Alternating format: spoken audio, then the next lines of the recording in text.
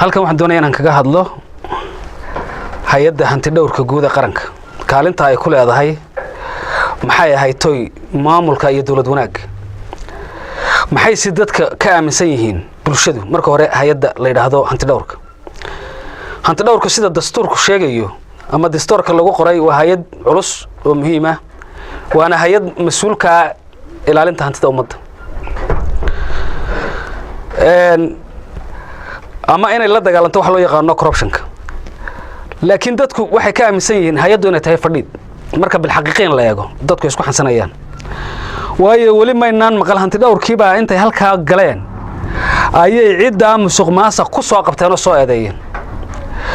haddii xaqiiqada iyo sharciga dadku ku kala hamradaan dawladnimada socon mayso waxaan leeyahay hay'adda hanti dhowrku waa astaanta dawlad wanaaga iyo xasiloonida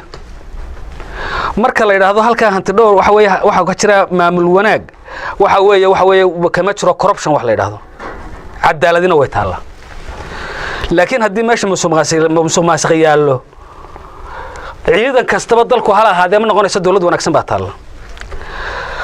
warta marka hore haddii qofku musuqmaasuq galo ha noqdo mid la soo doortay ama ha noqdo mid aan la dooranay xasaanad ma leh laakiin qofku markuu noqdo qof aan musuqmaasuq ka fayow kii la soo doortayna xasaanad buu leeyahay ka kalena xasaanadiisa sharaftiisa buu leeyahay waxaan leeyahay hay'adda hanti dhowrku waa inay shaqayso golayaasha deegaankana dadku way doorteen laakiin ayagu waxba ma oga wixii shaqeynaya laakiin way garanayaan laakiin hantida kama warrami karaan laakiin waxaan leeyahay golayaasha deegaanka waa inuu hanti dhowrku galo waa sax waa inuu u kala saaro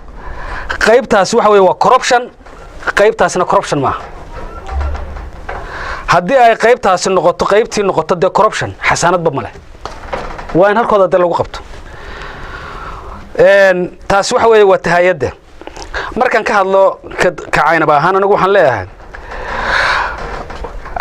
hanti dhowrku waa inuu annaka noo yimaado waa inuu galo xaruntayda dawladda hoose iyo meelaha ay dakhligeedu maraan ay mariso ay process-ka ay mariso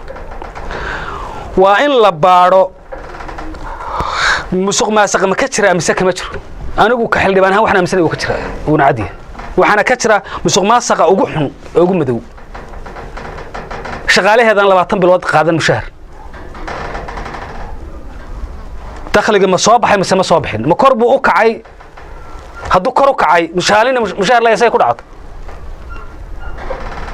xildhibaanada golaha deegaanku 4 sanadood mushahar kama qaadan wax gunaa kama qaadan ma leeyahay haddana waxa la oranayaa miisaaniyadu way kacdo meesha ku maantay waa isweydiin waana wax xaqiiqo ah